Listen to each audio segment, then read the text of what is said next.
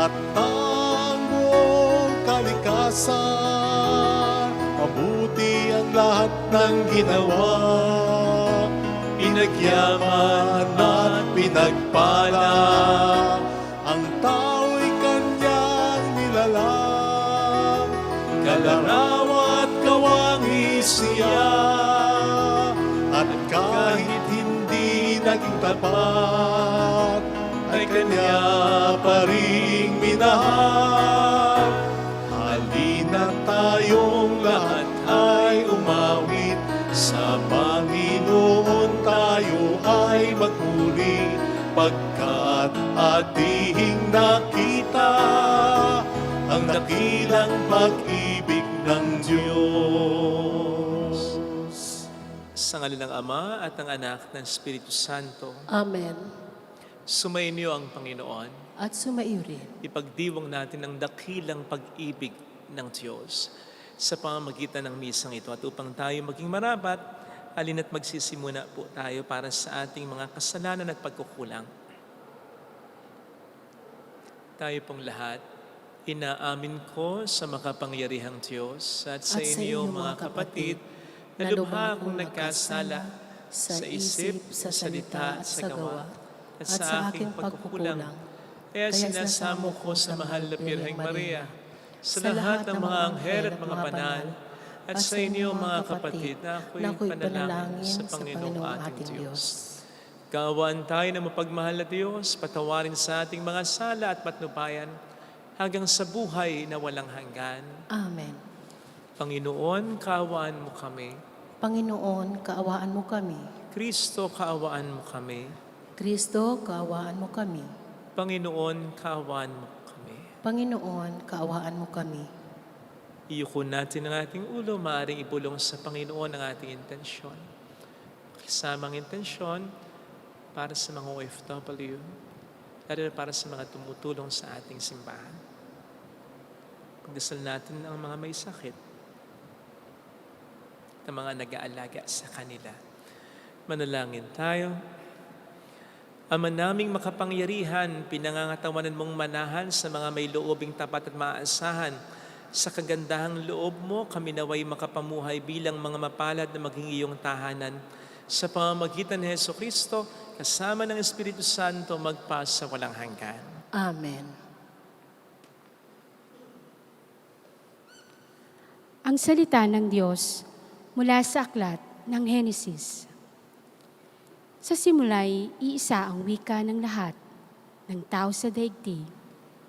Sa kanilang pagpalipat-lipat, nagawi sila sa silangan, sa isang kapatagan sa sinag. Dito sila huminto at namayan. Nagkaisa silang gumawa ng maraming tisa at lutuing mabuti para tumibay. Tisa ang ginagamit nilang bato at alkitran ang kanilang semento. Ang sabi nila, ngayon magtayo tayo ng isang lungsod na may toring abot sa langit upang matanyag tayo at huwag nang magkawatak-watak. Bumaba ang Panginoon upang tingnan ng lungsod at ang toreng itinatayo ng mga tao. Sinabi niya, ngayon ay nagkakaisa silang lahat at iisa ang kanilang wika. Pasimula pa lamang ito ng kanilang mga binabalangkas.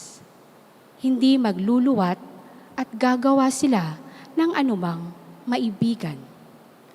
Ang mabuti, puntahan natin at guluhin ang kanilang wika upang huwag silang magkaunawaan. At pinangalat ng Panginoon ang mga tao sa buong daigdig. Kaya natigil ang pagtatayo ng lungsod. Babel ang itinawag nila sa lungsod na iyon, sapagkat dooy ginulo ng Panginoon ang wika ng mga tao, at mula roon, pinapangalat nga niya ang mga tao sa buong daigdig. Ang salita ng Diyos. Salamat sa Diyos. Mapalad ang ibinukod ng bansang hinirang ng Diyos. Mapalad ang ibinukod ng bansang hinirang ng Diyos. Ang binabalangkas niyong mga bansa, kanyang nababagot, winawalang bisa. Ngunit ang mga panukala ng Diyos ay mamamalagit, walang pagkatapos. Mapalad ang ibinukod ng bansang hinirang ng Diyos. Mapalad ang bansang Panginooy Diyos. Mapalad ang bayang kanyang ibinukod. Magmula sa langit, kanyang minamasdan ang lahat ng tao na kanyang nilalang. Mapalad ang ibinukod ng bansang hinirang ng Diyos. Nagmamasid siya at namamahala sa lahat ng tao sa balat ng lupa. Ang isip nila'y sa kanya nagmula, walang nalilingkod sa kanilang gawa. Mapalad ang ibinukod ng bansang hinirang ng Diyos.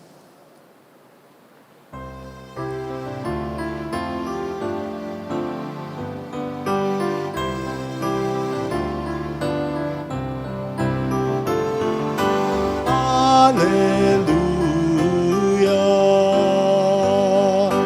Alleluia. Alleluia.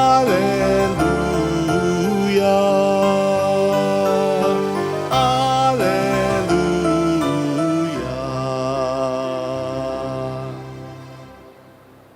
Sumainyo ang Panginoon. At sumaiyo rin. Ang mabuting balita po ng Panginoon ayon kay San Marcos. Papuri sa iyo, Panginoon.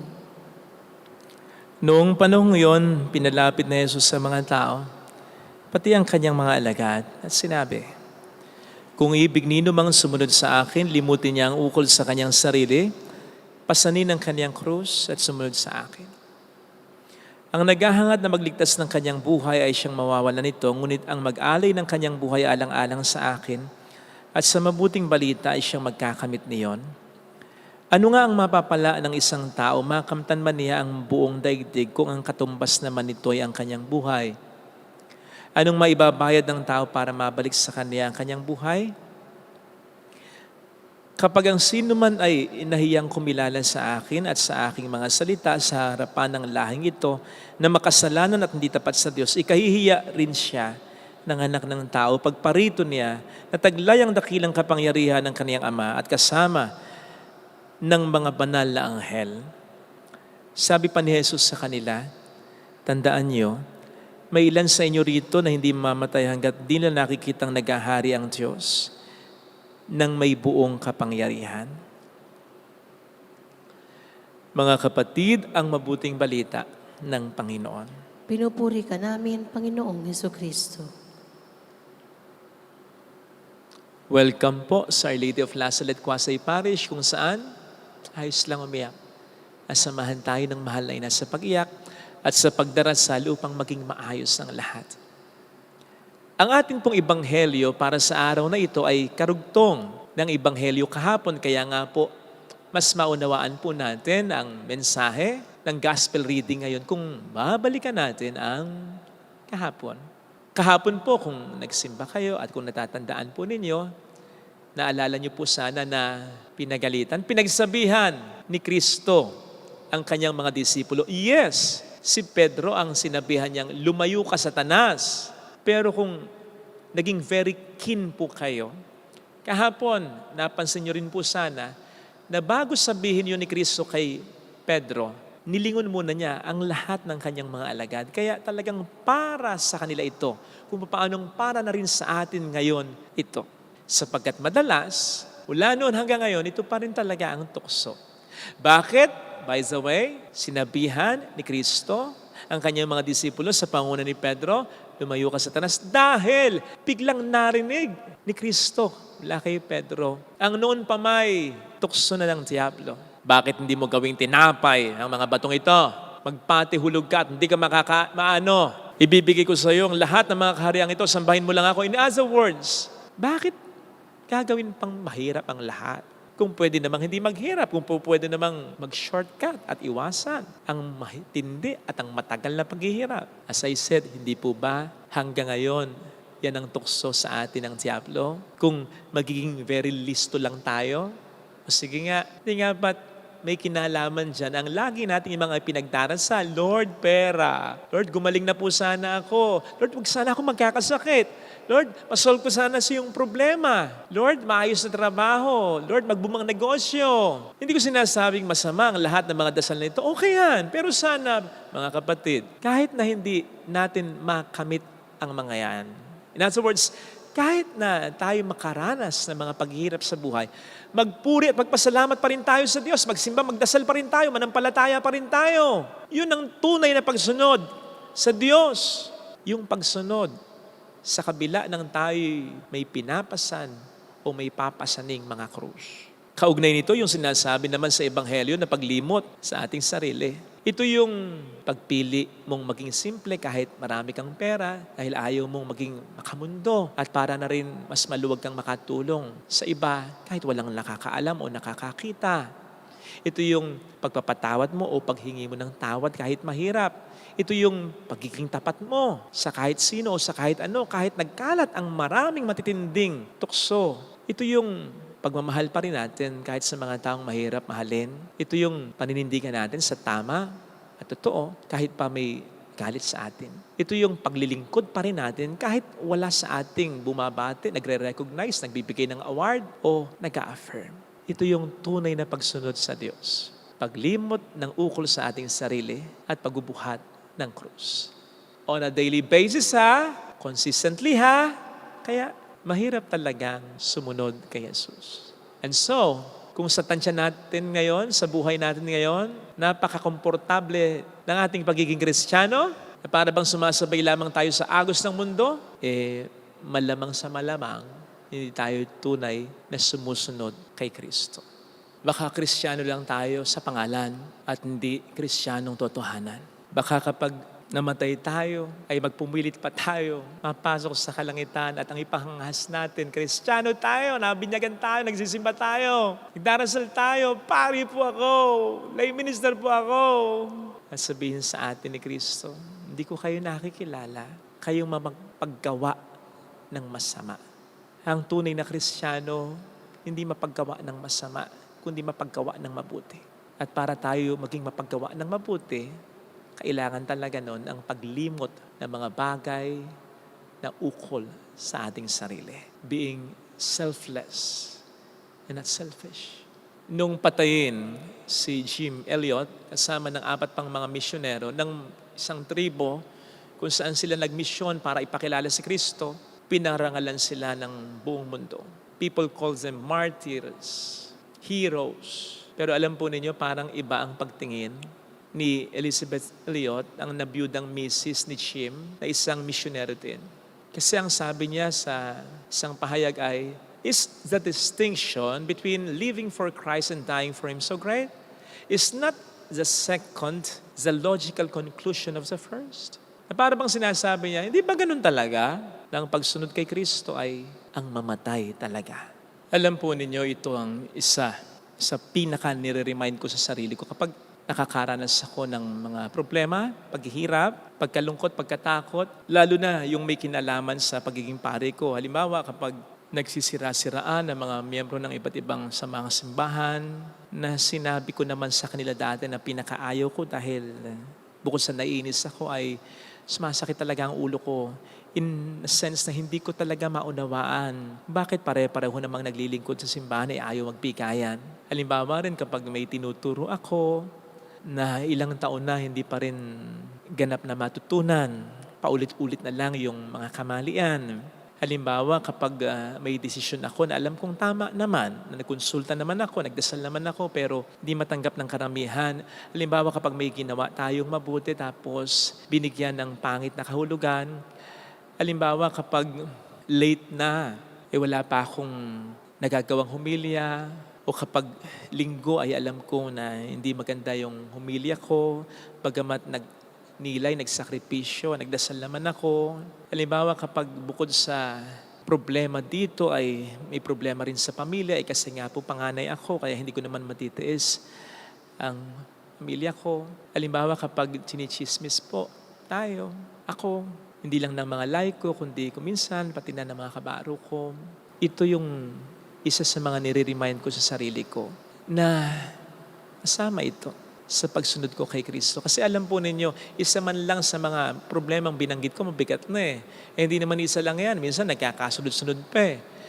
Doble yung lungkot, doble yung hinanakit, doble yung pag-iyak. But the moment I remind myself, kasama ito sa pagsunod mo kay Kristo.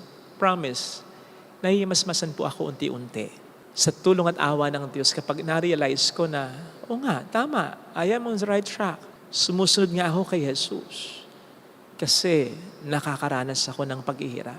Mga kapatid, subukan po natin ito. Na kapag tayo'y nakaranas ng paghihirap, sa kabila ng ating pagpapakabuti, pagtawag sa Diyos, pagpupuri sa Kanya, i-remind natin ang ating sarili, ganito talaga ang sumunod kay Jesus. Yung ma-remind natin ang ating sarili, ang sinusundan natin ay si Jesus na naghirap din naman hanggang kamatayan. Kaya imposible na tayo na mga sumusunod sa Kanya ay hindi tahakin ang landas na tinahak niya. Kaya nga ang sabi niya, no slave can be greater than his master. Na kung ano, kumbaga ang nangyari sa Kanya ay mangyayari din in one way or another sa mga sumusunod sa Kanya. In fact, kabahan pa nga po tayo kung masyado ng komportable ang ating nagiging pagsunod kay Kristo. Baka hindi talaga tayo sumusunod. Baka sumusunod lamang tayo linggo-linggo lang kapag tayo nagdarasal lang. Baka hindi talaga natin sinasabuhay ang ating pagiging Kristiyano. Tingnan po natin yon. Red flag yon. Sapagkat kasama sa pagsunod natin ang tayo maghirap sa pagsunod sa ating Panginoon. I-remind natin ang sarili natin pag ganon. Yes, humingi tayo ng tulong sa Panginoon. Lord, ma-solve sana yung problema. Lord, sana maging ganito, maging ganon. Yun, walang problema doon. Pananampalataya yon. Pero mas titibay ang ating pananampalataya bilang mga tagasundot ni Kristo. Kapag sa kabila ng parang patuloy pa rin yung problema at di pa nare-resolve, ay magpupuri at magpapasalamat pa rin tayo sa Kanya, believing that we are really following Him because we are experiencing suffering. Ngayon, kung kahit sinasabi natin ay parang hindi tayo kumbinsido, nagtatalong isip natin, ang puso natin, ini-insist pa rin natin ang gusto natin na dapat wala akong problema, dapat masolve na ito. Lord, bulag ka ba? Manhid ka ba? Hindi ka ba naaawa sa akin?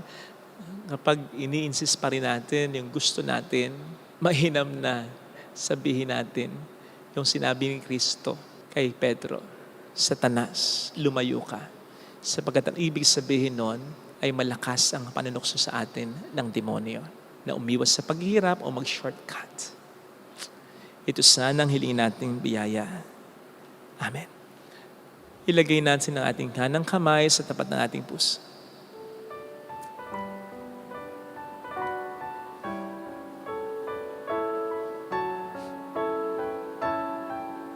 Awitin natin.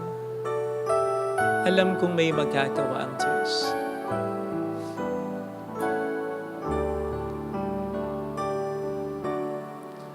Alam kong may magagawa ang Diyos. Alam kong may magagawa ang Diyos. Alam kong may magagawa ang Diyos. Kung ako'y magtatapat, Kung ako'y magtatapat, sa Kaniya'y maglilingkod. sa Kanya'y maglilingkod. Alam kong may magagawa ang Diyos. Hindi ako magdududa. May magagawa ang Diyos. Alam kong di ringgin ng Diyos ang samo ko, Alam kong di sapagkat mahal niya ako. ng Diyos Alam niya ang pinagdaraanan. ang samo ko. Alam kong di ringgin ng Diyos ang samo ko. Alam kong di ringgin ng Diyos ang samo ko. Kung ako'y magtatapat, Kung ako'y magtatapat, sa Kaniya'y maglilingkod, sa Kanya'y maglilingkod. alam kong di ringgin ng Diyos ang samo ko. Di ringgin ng Pikit natin ang ating Diyos mga mata. ang samo ko. Panginoon, tulungan mo kong totohanang sumunod sa iyo. Hindi lamang tuwing linggo, hindi lamang yung pupuntahan kita dito sa simbahan tapos iiwan na kita na parang wala ka nang pakialam sa buhay ko. Ayaw na kitang makialam sa buhay ko. Tulungan mo kong limutin ang aking sarili, ialis sa sentro at ikaw ang maging sentro ng buhay ko. Tulungan mo kong ipagkatiwala ang lahat ng concerns ko sa buhay sa iyo. Tulungan mo kong hayaan kong ikaw ang magdikta at ikaw ang sundin ko. Tulungan mo kong sa kabila ng mga paghihirap, sumunod at manampalataya pa rin ako. Hallelujah! Purihin ang Diyos. Hallelujah! Pasalamatan siya. Siya ay muling babalik sa atin. Hindi niya tayo iiwan, hindi niya tayo pababayaan. Malabong mangyayari yan. Sa ating Hallelujah! Hindi naman po pwedeng pinagpasan tayo ng krus ay bahala na tayo. Hindi ganon si Jesus. Babalik ang Panginoon. Hindi naman din siya umaalis. Nandiyan siya lagi upang tayo ay kunin, upang tayo tulungan sa mga krus na pinapasa natin. Eh, sabihin mo sa sarili, mayroong magandang mangyayari sa'yo. Makakaya mo ang mga krus. Sinisigurado ko sa'yo. Kung lalapit ka kay Jesus, hindi pababayaan ng Diyos ang mga sumusunod sa Kanya. Magbasa ka ng Biblia, makibalita ka, may nagsisi ba na sumunod kay Jesus? Wala. Si Judas nagsisi na hindi siya sumunod talaga kay Jesus. Umiwas siya sa paghihirap. Nag-shortcut siya. Kapatid, may biyaya sa paghihirap. Sapagkat iyan ay pagsunod natin kay Jesus na dumanas din ng paghihirap. Papuri sa Ama at sa Anak sa Espiritu Santo. Kapara ng sa unang-una, ngayon at magpakailanman, magpasawalang hanggan. Amen. Pag-aalay.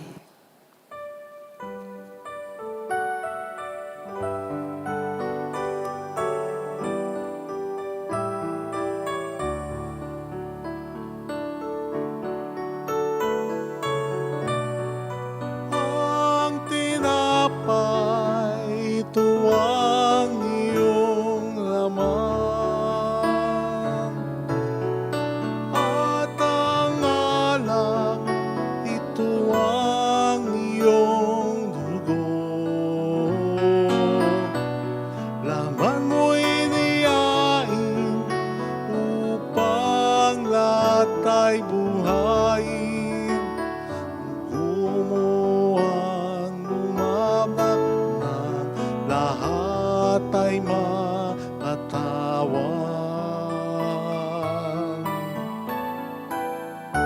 Aming alay sa iyo, Panginoon,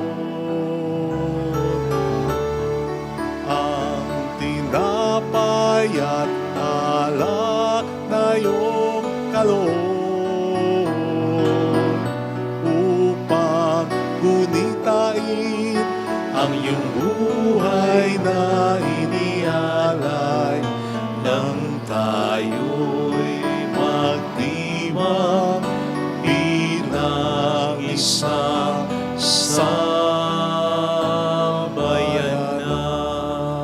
Manalangin tayo, pang ating handog ay maging kalugod-lugod sa Diyos Amang makapangyarihan. Tanggapin nawa ng Panginoon itong paghahain sa iyong mga kamay, sa kapurihan niya at karangalan, sa ating kapakinabangan at sa buong sambayanan niyang banal. Ama naming lumikha, kami naway dalisain at panibaguhin ang aming gaganaping paghahain. Kami naway itaguyod ng gagawin namin ito sa pagnanais naming sundin ang loob mo. Sa pamamagitan ni Heso Kristo, kasama ang Espiritu Santo, magpasa walang hanggan. Amen. Sumainyo ang Panginoon. At sumaiyo rin. Itaas sa Diyos ang inyong puso at diwa. Itinaas na namin sa Panginoon. Pasalamatan ng ating Panginoong Diyos. Marapat na siya ay pasalamatan. Ama naming makapangyarihan, tunay ngang marapat na ikaw ay pasalamatan na sa iyong aming buhay, pagkilos at pag-iral. Sa pamumuhay namin araw-araw, tinatamasa namin ang iyong pagmamahal. Sa pag-ibig mong ipinlas ang katauhan, ang Espiritu Santo ay unang aning bigay ng anak mong naglagak sa amin ng katiyakang nakalaang mabuhay kami sa piling mo kailanman. Kaya kaisa ng mga anghel na nagsisiawit ng papuri sa iyo ng walang humpay sa kalangitan, kami po'y nagbubunyi sa iyong kadakilaan. Santo, Santo, Santo, Panginoong Diyos ng mga hukbo, napupuno ang langit at lupa ng kadakilaan mo. Hosana sa kaitaasan, pinagpalang na paririto sa ngalan ng Panginoon. Hosana sa kaitaasan. Ama naming banal, ikaw po ang bukal ng tanang kabanalan, kaya sa pamamagitan po ng iyong Espiritu, gawin mong banal ang mga kaloob na ito upang para sa amin ay maging katawan at dugo ng iyong anak, na aming Panginoong Heso Kristo. Bago niya pinagtiis ang kusang loob na maging handog, hinawakan niya ang tinapay. Pinasalamatan kaniya, pinaghati-hati niya iyon, iniabot sa kaniyang mga alagad at sinabi, tanggapin ninyong lahat ito at kanin. Ito ang aking katawan na ihahandog para sa inyo.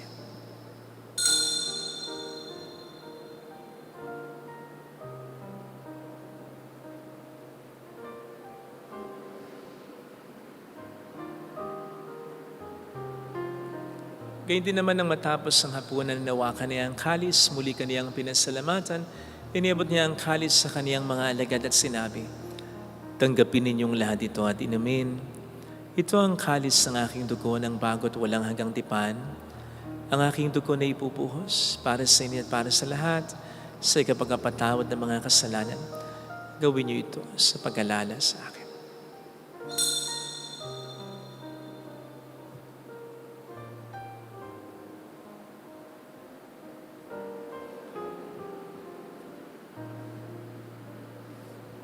Ipagbunyi natin ang misteryo ng ating pananampalataya. Si Kristo'y namatay, si Kristo'y nabuhay, si Kristo'y babalik sa wakas ng panahon. Ama, ginagawa namin ngayon ang pag-alaala sa pagkamatay at muling pagkabuhay ng iyong anak, kaya inialay namin sa iyong tinapay ng buhay at ang kalis ng kaligtasan. Kami po'y nagpapasalamat dahil kami iyong minarapat na tumayo sa harap mo para maglingkod sa iyo. Sinasamo namin kami na magsasalo sa katawan at dugo ni Kristo ay mabuklod sa pagkakaisa sa pamamagitan ng Espiritu Santo. Ama, lingapin mo ang iyong simbahang laganap sa buong daigdig. Puspusin mo kami sa pag-ibig. Kaysa ni Francisco na aming Papa, ni Dennis na aming Obispo at ang Tanang Kaparian, alalahanin mo po ang mga kapatid naming nahimlay nang may pag-asang sila'y muling mabubuhay, lalo na po ang aming mga ipagdarasal. Saglit tayong yumuko at tahimik nating ipagdasal ang ating mga minamahal na yumao. Kaawaan mo sila at patuloyin sa iyong kaliwanagan. Kaawaan mo at pagkingtapatin kaming lahat na makasalo sa iyong buhay na walang wakas. Kaysa ang mahal na Birhen ng Lazaret, ang ina ng Diyos, isanuse ang kabiyak ng kanyang puso, lahat ng mga banal na namuhay dito sa daigdig ng kalugod-lugod sa iyo, may pagdiwang naman namin ang pagupuri sa ikararangal mo sa pamamagitan ng iyong anak na aming Panginoong Heso Kristo. Sa pamamagitan ni Kristo, kasama niya at sa Kanya, ang lahat ng parangal, papuri ay sa iyo, Diyos amang makapangyarihan, kasamang Espiritu Santo, magpasa walang hanggan. Amen. Tumawag tayo sa ating Ama.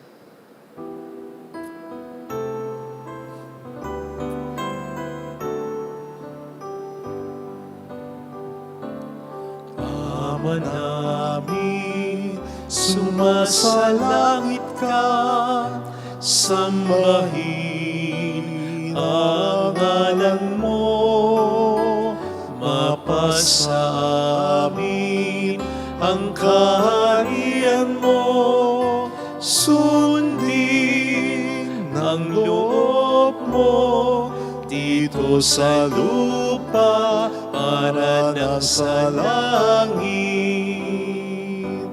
Bigyan mo kami ngayon ng aming kakanin sa araw-araw.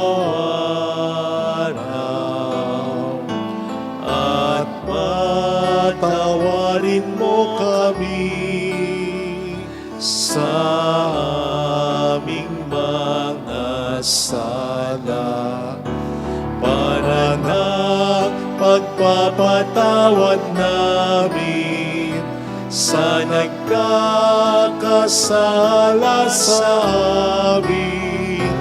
At huwag mo kaming ipahintulot sa tukso, at ihadya mo kami sa lahat ng masama. Iniling namin kami adya sa lahat ng masama, pagkalooban ng kapayapaan araw-araw, iligtas sa kasalanan, sa kapahamakan, pati na sana sa mga seryosong karamdaman kami ay maadya, samantalang aming pinaghahandaan ang dakilang araw ng pagpapahayag ng tagapagligtas naming si Heso Kristo. Sapagkat iyo ang kaharian, ang kapangyarihan at ang kapurihan, mapagkailanman. Amen. Panginoong Heso Kristo, sinabi mo noon, sinasabi mo rin sa amin ngayon, kapayapaan ang iniiwan ko sa inyo, aking kapayapaan ang ibinibigay ko. Tunghayin mo pong aming pananampalataya, huwag ang aming pagkakasala. Pagkalooban mo po kami ng kapayapaan at pagkakaisa sa iyong kalooban, kasama ang Espiritu Santo magpasa walang hanggan. Amen. Ang kapayapaan ng Panginoon ay sumainyo nawang lahat. At sumaiyo rin. Magbigayan tayo ng kapayapaan sa isa't isa. Kapayapaan po, Spirit. Kordero ng Diyos na nag-aalis ng mga nag-aalis sa mga kasalanan ng kasalanan sanlibutan, maawa ka sa amin. Kordero ng Diyos na nag-aalis ng mga kasalanan ng sanlibutan, maawa ka sa amin. Kordero ng Diyos na nag-aalis ng mga kasalanan ng sanlibutan, ipagkaloob mo sa amin ang kapayapaan.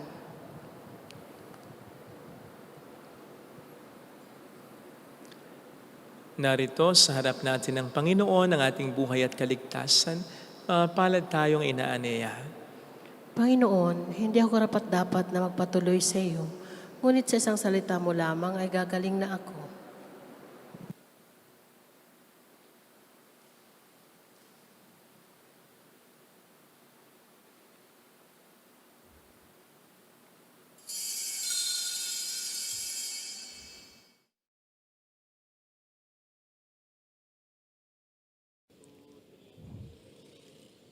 Panalangin para sa espiritual na pakikinabang. Panginoong Hesus, ako ay naniniwala na ikaw ay nasa kabanal-banalang sakramento. Iniibig kita ng higit sa lahat at ninanasa kong tanggapin ka sa aking kaluluwa. Sapagkat sa mga sandaling ito, hindi kita matatanggap sa sakramento. Tumuloy ka sa espiritu sa aking puso. Niyayakap kita na para bang naririto ka na. Inaalay ko ng buong buo ang aking sarili sa iyo. Huwag mong hayaang mawalay ako sa iyo. Amen.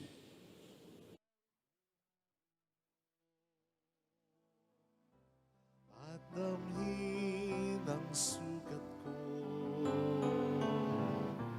ang dusa at hirap ko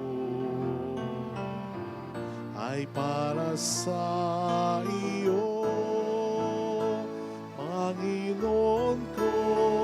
Ang tulad ko'y walang karapatan, sa iyo ay tumanggap, ngunit sa isang bigkas mo lamang ay gagaling na ako. Panginoon ko, ang buhay ko'y walang karapatan, sa iyo ay tumanggap, ngunit sa isang bigkas mo lamang ay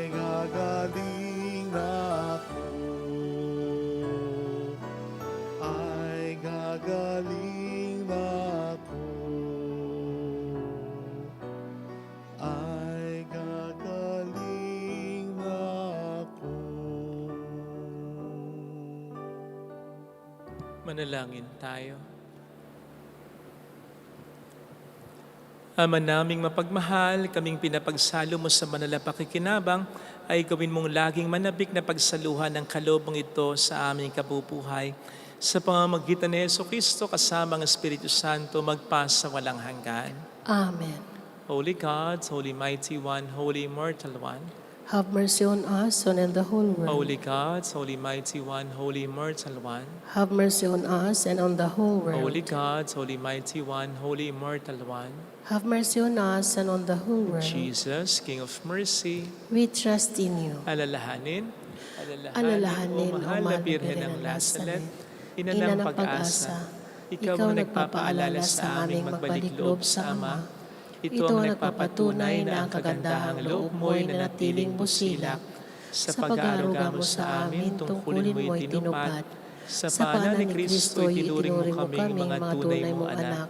Kaya ninais mong ni Isay, huwag mapahamak. Maging sa iyong walang tigil na pananalangin, pati luhay pumatak.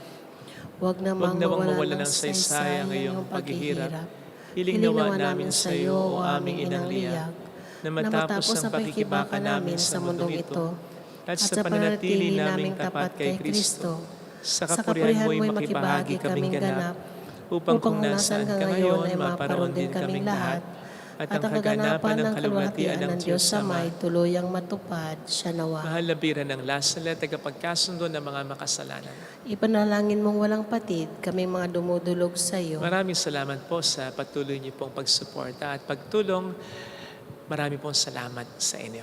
Sumayin niyo ang Panginoon. At sumaiyo rin. Palayan kayo kasama ang ating pamilya na mapagmahal na Diyos, ng Ama at ng Anak at ng Espiritu Santo. Amen. Umayo tayo sa kapayapaan ni Kristo. Salamat sa Diyos. Salamat din po.